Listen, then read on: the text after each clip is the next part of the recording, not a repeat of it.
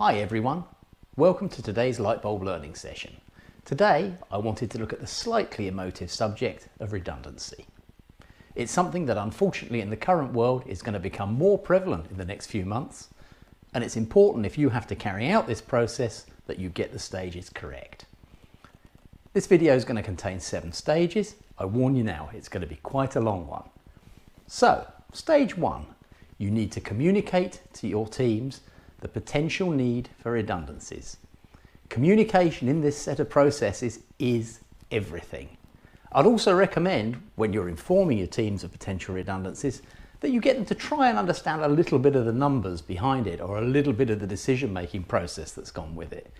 With this, it makes them feel more included. It's an unfortunate process, but if they understand it, they're in a better position, if they're able to help you. In fact, in one situation not so long ago, we had an employee put forward a suggestion that prevented the redundancies wholesale. So it's really important you communicate and communicate correctly with your teams. Stage 2, you need to identify your redundancy pool. Now this could be people carrying out similar work, have similar jobs or interchangeable skill sets. In small companies, it may be that the whole business is unfortunately going to shut and therefore this process isn't necessarily needed. However, in medium and larger companies with more people, where some people are being retained, it's absolutely critical. The one thing you don't want to do as an employer is lose vital skill sets, vital processes that nobody else can carry out. Stage 3, your selection criteria. So you've come through the process of informing your people, you've identified a potential pool for redundancies. Now you need to break down your selection criteria. So what can you use to select people and what can't you use to select people for the process you're going through? Well, the cans is the easy part. You can look at their standard of work or their work in general. You can look at skills and qualifications. You can look at attendance record, but you need to make sure it's accurate, and you can look at disciplinary records.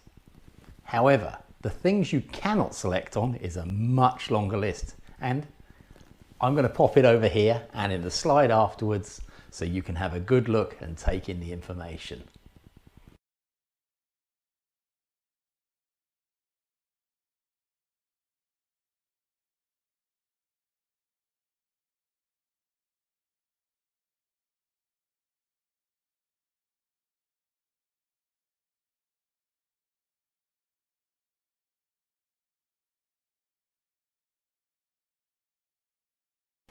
Stage 4, you need to call a group meeting.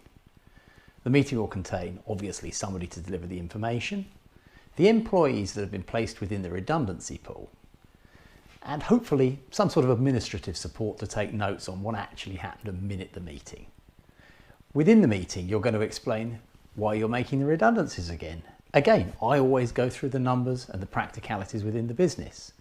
You need to explain the criteria that you're basing the selection process around, not just for the redundancy pool, but for the redundancies themselves. Sometimes it's where people bring an independent like myself or one of my other colleagues in, and we can sit and explain to the group independently what is and what has been going on and why they're in the position they're in. Lastly, and most importantly, ask your group assembled if they can see any way out of the redundancy situation that you're all in. Give them time to consider. It's so important. Stage 5, we're now going to apply the selection criteria. Above all else, this process has to be consistent and fair when you're scoring each individual employee against your selected selection criteria. If possible, use 2 or 3 people who are independent of the process to do so. It might be that you want to bring someone like myself or one of my colleagues in to help you apply this so it's fair and it's consistent and there are no personalities involved. At the end of the day, you're dealing with people's lives. Stage 6, you need to consult with employees individually. Write to them, invite them to a formalised meeting. Within the meeting, you're going to look at their scoring. You're going to look at any feedback they may have. You may find they give you representations against the scoring you've provided because perhaps there's a criteria in there you didn't know about, or a situation or a piece of training or a skill you weren't aware of. You need to then evaluate that externally at the meeting afterwards against your processes and see if it affects your critical paths. At the end of the meeting, you then need to write again. Provide them with a summary of the meeting is what I always do. You need to look at the representations or disagreements they may have had to your scoring, as well as any alternative employment you might be able to offer them within the business before you make a decision on the redundancy. Stage 7, your dismissal or decision meeting. This is another sit-down meeting you're going to invite your employee to, where you're going to go end to end through the process and selection criteria, along with the scoring, any representations or alternative offers of employment within your company that you have offered to them. You need to be clinical in this meeting, but friendly.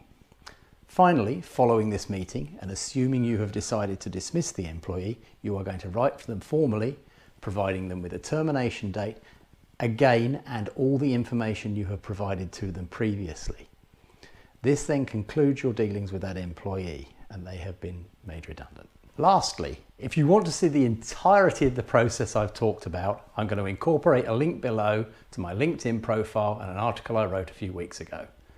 Good luck if you're using this process, and feel free to contact me or comment below if you need assistance. Take care, stay safe, see you soon.